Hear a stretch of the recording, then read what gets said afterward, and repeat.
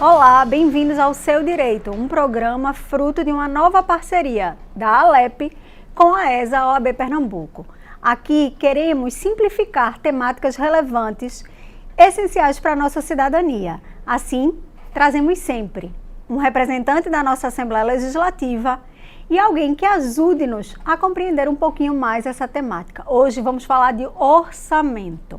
É a advocacia abraçando pautas importantes, junto com o parlamento e com aquilo que está na ordem do dia, que vai impactar na sua vida, na vida do cidadão, na nossa vida. É a cidadania efetivamente feita, não é isso, Bela?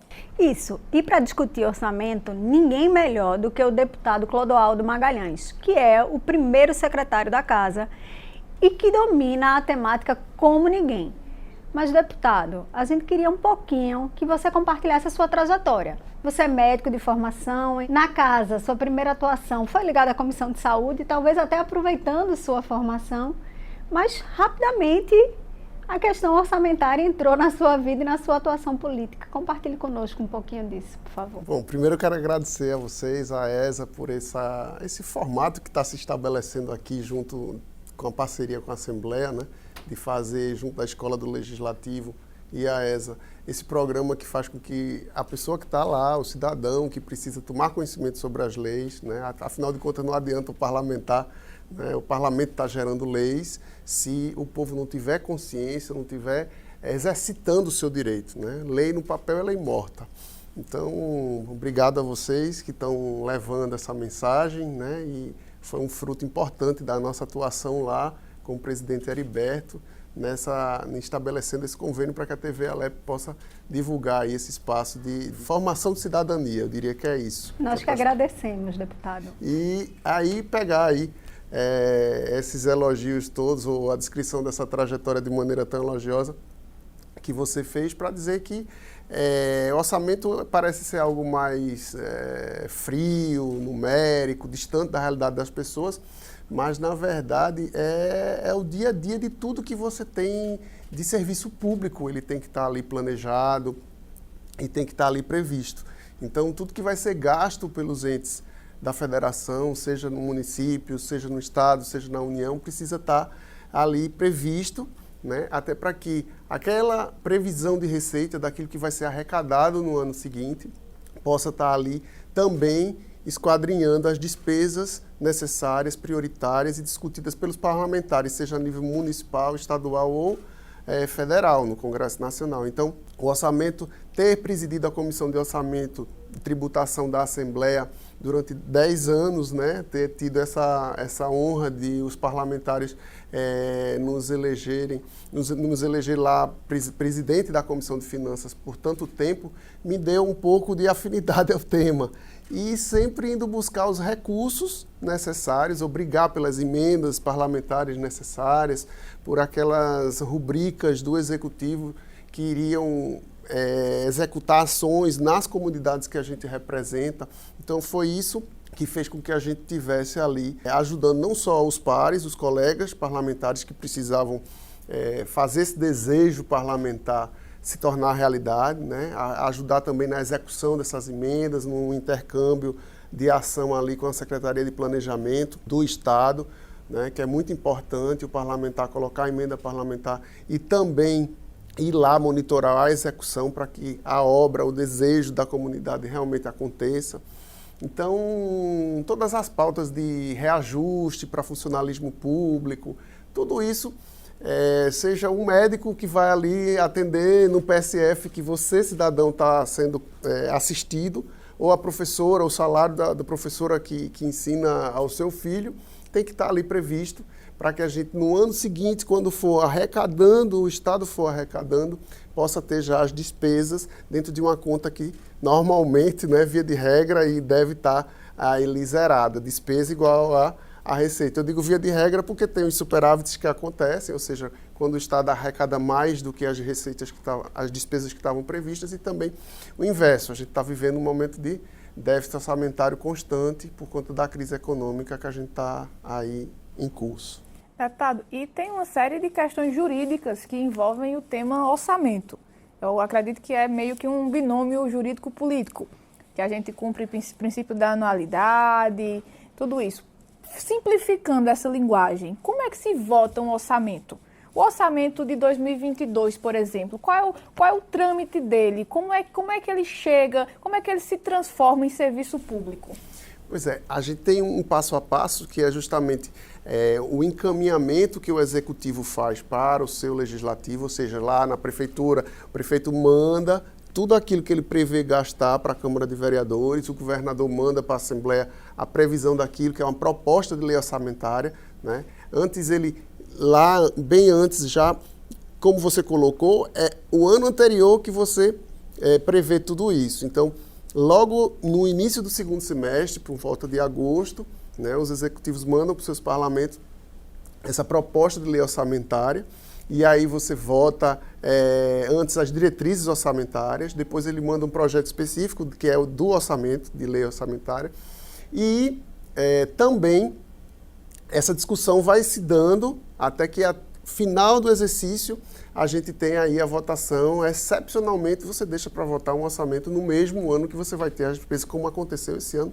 na União, né? A gente teve aí a desculpa de que a gente está em pandemia, mas, na verdade, toda essa turbulência política que a gente está vivendo deu uma excepcionalidade muito grande do orçamento de 2021 ter sido votado no início de 2021 e todos os gastos públicos terem ficado ali suspensos e esperando a votação do orçamento. Normalmente você vota o orçamento no ano anterior e já deixa tudo previsto para quando abrir o gasto, né, o EFISCO, no início do ano de exercício, de execução orçamentária, você ter aí as despesas e receitas acontecendo em paralelo.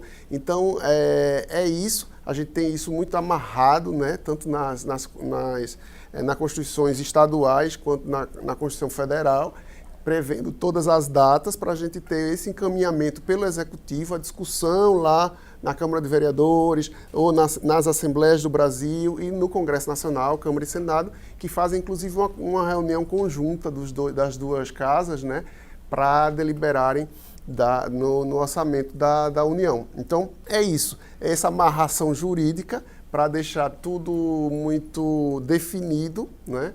E o que vai impactar nisso na prática é o quanto a economia vai acompanhando e fazendo arrecadar. As receitas e as despesas, né, vão depender muito disso, do comportamento da economia e da arrecadação, tanto municipal quanto estadual e da União. Isabela, é importante para quem está em casa entender que a gestão pública ela é norteada por planejamento. A lei orçamentária nada mais é do que uma lei que planeja o exercício do executivo, da gestão pública, e com um adendo muito importante, o adendo dela ser votada, de você dar ao parlamento o poder de votar, porque ele votando, ele está elegendo qual é a agenda pública importante que o orçamento vai executar. Não é isso, Bela? E aí ele fica vinculado, porque o princípio da legalidade que Mariana falou como se fosse algo muito distante, na verdade só quer dizer isso. O gestor público, ele tem que seguir a letra da lei. Então, isso. Votou o orçamento, vai ter que seguir direitinho a lei que votou. Mas e a pandemia, deputado? Quais foram os impactos? Porque a gente sabe que a pandemia trouxe uma série de desafios para a nossa economia e, sobretudo, botou em xeque aí todo o nosso sistema de saúde, enfim.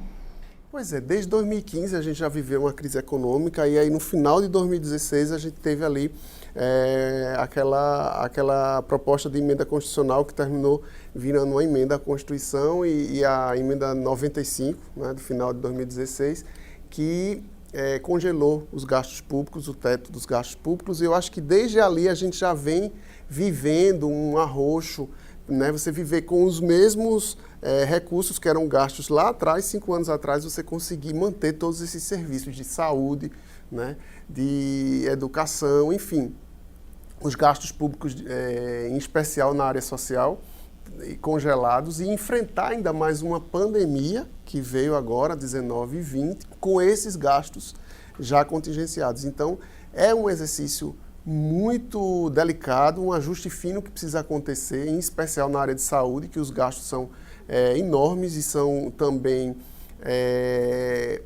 crescentes, né? Cada vez que se incorpora tecnologia, nos processos de saúde. Você também tem um aumento muito grande não só da consciência das pessoas, as pessoas sabem rapidamente que tem direito àquele serviço de saúde, àquele exame sofisticado, e aquilo é incorporado já ao SUS. Então, o SUS é um sistema que ele prevê, ele tem a ambição de ser universal, né, para atender todos, seja o riquinho que bate com o carro ali e vai para a restauração, seja aquele cidadão que não tem condição de pagar um plano de saúde e vai ser atendido no Hospital do Câncer. Então, esses serviços foram demandados de maneira absurda agora, durante a pandemia, 19 e 20. A gente teve uma pressão muito grande também das eletivas, aquelas cirurgias programadas, os tratamentos que a gente já vinha com uma demanda muito grande, né, reprimida, e ao mesmo tempo paramos em muitos desses períodos de restrição, de lockdown total, de lockdown parcial. Você vai tateando ali e fechando as clínicas eletivas para poder usar esses leitos para o paciente de Covid ocupar. E a gente tem também um gasto muito grande com UTI, né? Então, assim, com vacinas, né? Então, a gente enfrenta uma situação muito delicada, uma crise sanitária, e que vai deixar também um déficit financeiro muito grande, financeiro orçamentário para o Brasil. Tanto que a gente teve aí que regulamentar os orçamentos, né? Teve que ter leis complementares específicas para poder permitir o não pagamento das dívidas de estados e municípios diante dessa pandemia, o que vai de encontro a toda aquela austeridade fiscal que a gente já vinha vivendo desde a Lei de Responsabilidade Fiscal, exatamente para nos ajustarmos a esse momento de crise e de demanda tão grande do sistema de saúde para atendimento tanto dos pacientes com Covid, quanto essa demanda que está aí dos pacientes que estavam precisando ocupar esses leitos e agora estão esperando passar a pandemia e reabrir novamente esses leitos. Importante que quando a gente vê o cidadão cobrando e cobrando com toda a justiça, mais leitos, cobrando até no cenário antes pandemia, a gente entender que por trás daquela cobrança, aquela entrega vai precisar de ter todo um orçamento previsto, ter toda uma execução ali por trás. Mas aí, deputado, o senhor saiu da presidência da Comissão de Orçamento e o senhor foi gerir um orçamento, o orçamento da Assembleia Legislativa, o orçamento da primeira secretaria. E aí, conta um pouquinho para a gente, para quem está em casa, dessa experiência junto com a mesa diretora, desse desafio, e como é que, como gestor desse orçamento, onde é que o senhor conseguiu economizar? Olha, foi um momento muito delicado, né? A gente teve corte de 1/10, digamos assim, uma renegociação com o Executivo para não repasse de parte do 1/10 nos meses de abril, maio, junho e julho do ano passado.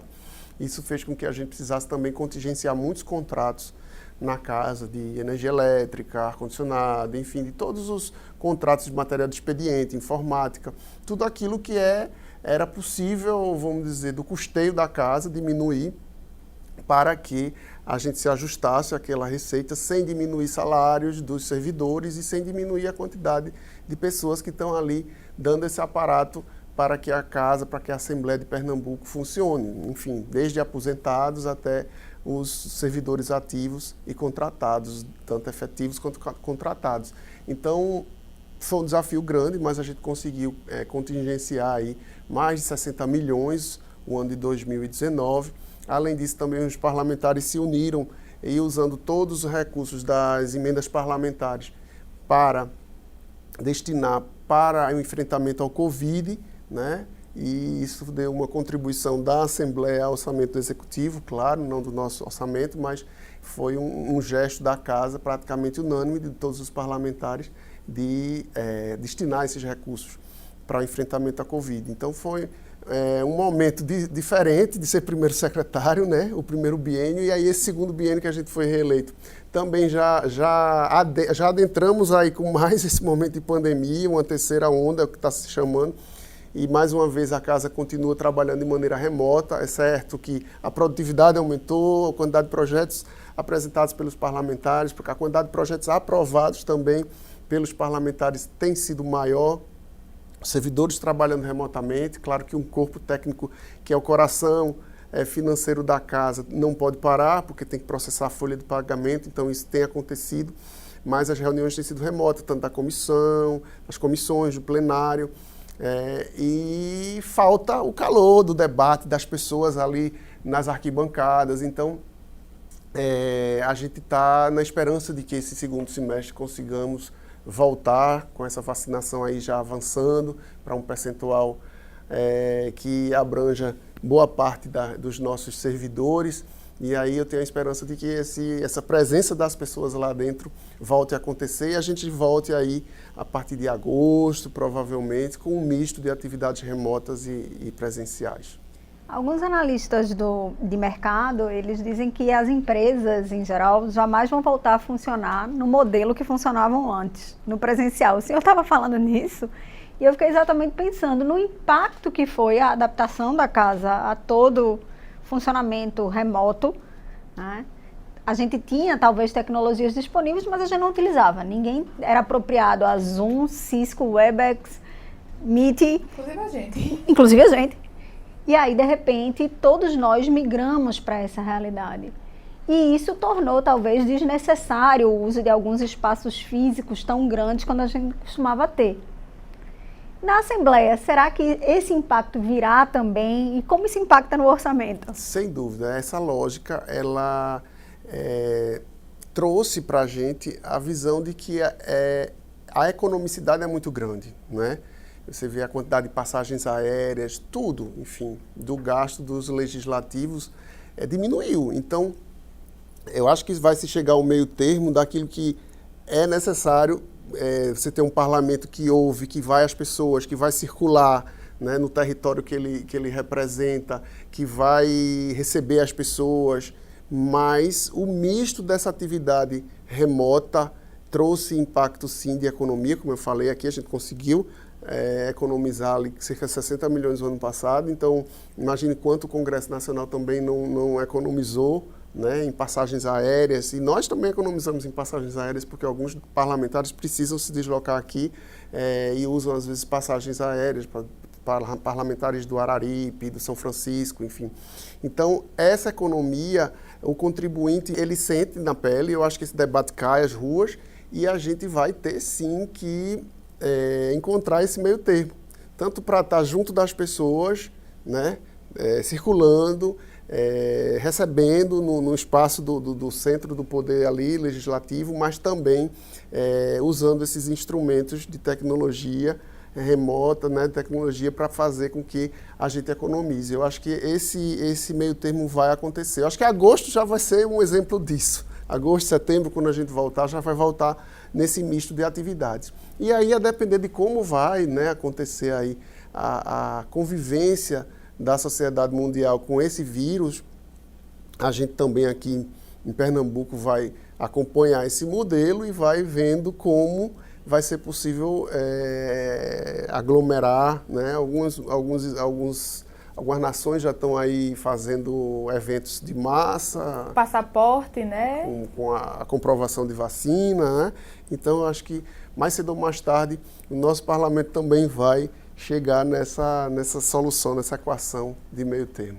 Deputado, o Brasil inteiro, Pernambuco não foge à regra, vive a ebulição de dois temas que o senhor domina muito bem, um por formação e outro por atividade.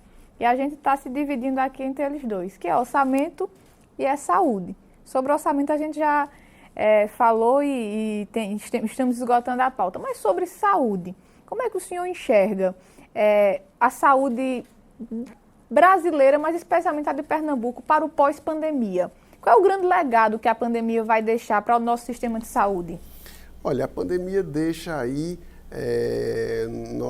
nossa capilaridade em termos de atendimento para o tratamento intensivo, ou seja, para as UTIs, uma rede de leitos grande, maior do que a gente tinha antes, né? Uma capacitação para todos os profissionais da área de saúde nessa área do atendimento a doenças inflamatórias, a doenças infecciosas, né? Porque a Covid ela uniu um tanto das duas coisas, tanto de doenças inflamatórias quanto de doenças infecciosas, né, virais, e também do atendimento de emergência, né? Da habilidade em entubar. Você vê, os médicos não têm a habilidade hoje que tinham no início da pandemia, né? E também os protocolos que foram criados para isso, né? Que antes a gente deixava para entubava o mais rápido possível e agora a gente deixa para entubar só quando não tem jeito. Então, isso em resumo, simplificando aqui. Mas eu acho que o sistema de saúde ele sai fortalecido, ele sai robustecido, ele vem com uma equipe muito profissional que aí foi treinada, né, na fisioterapia, em todas as esferas, na enfermagem, e o próprio, como eu falei, estrutura física. Claro que parte disso é desmobilizada, porque você precisa recompor os leitos para as outras clínicas, mas eu acredito que a gente deu também uma priorizada no orçamento de saúde. Eu acho que a sociedade como um todo passa a valorizar mais o seu sistema de saúde, né? O SUS, eu acho que ganhou aí uma visibilidade muito grande daquilo que era necessário, né? Fortalecer o SUS. Eu acho que a discussão aí pós-teto público, teto dos gastos, isso ultrapassado, eu acho que a saúde vai ser mais prioritária, tanto na cabeça das pessoas, o que pressiona o Congresso Nacional, pressiona as assembleias, e aí eu acho que a gente vai ter mais força política nesse desenho de orçamento público para a saúde, porque a gente sai com essa impressão de que a saúde pública, não só aqui como no mundo todo, onde existe, ela, mesmo que o sistema esteja desorganizado e pagando por isso, como a gente pagou aqui, né? Desorganizado que eu digo do comando, né? Que não foi um comando único, foi um comando dividido, mas a gente mostrou o quão importante é o SUS em tudo isso. Isso traz uma centralidade de pauta do SUS para esferas da sociedade que antes não utilizavam o sistema ou quase não viam a sua importância. E, na verdade, a pandemia, de fato, ela coloca um holofote no nosso SUS muito grande. E eu acho que esse é um ganho enorme. Mas saúde é o nosso maior orçamento? Como é que isso funcionava antes da pandemia e como tem sido na realidade? Não tem sido, né? O orçamento de saúde tem sido um orçamento ali de 15% para os municípios, eu falo dos mínimos exigidos, né? De 12% para os estados e um percentual que sempre ficou meio que em aberto desde a emenda constitucional 29 para a União. Então, é sempre um orçamento periférico, apesar de alguns entes discricionariamente gastarem mais, né? Alguns prefeitos gastam mais de 15%, alguns governadores aqui em Pernambuco têm se gastado mais do que isso. Então, é um orçamento que precisa dessa pressão política mesmo, para conseguir mais recursos. Assim como a educação. Né? Então, assim, eu acho que uma coisa que a gente tem também é a ineficiência nesse gasto. Além da gente gastar pouco em saúde, a gente não gasta bem. Então, são duas pautas importantes. O compliance, a transparência, a maneira de gastar o recurso público. Não só gastar, mas como gastar. Como gastar e gastar bem o dinheiro do povo. Então, é isso que faz a diferença. Perfeito. Compliance, gestão, orçamento, planejamento. Que aula, né, Isabela? Exatamente. E são pautas que muitas vezes a gente viu muito distantes da coisa pública, quando deveriam estar presentes diariamente. Transversais e inerentes, né? Exato. Eu acho que, por exemplo, na última eleição presidencial, o debate era muito da lisura, da probidade, né? Existia um movimento anticorrupção, mas essa pauta, ela dissociada da eficiência na gestão, ela não traz ganho nenhum para a sociedade, né? Não basta não roubar, não basta não só a coisa ser gasta com lisura e probidade, né? É necessário e talvez mais importante até do que o não roubar é o saber gastar, é o gastar eficiente. Não termina sendo um vazio retórico só para a pirotecnia política. Mas, Bela, a gente está chegando já nos minutos finais do seu direito sobre orçamento, saúde e gestão pública com o primeiro secretário Clodoaldo Magalhães. Antes dos agradecimentos finais, vamos fazer um ping-pong? Vamos. Fé. Deus. Família. Amor. Política. Vocação. Medicina, Servir. Amizade. Deus. Assembleia, Trabalho. Futuro. Futuro. Futuro. Deus novamente. Paternidade.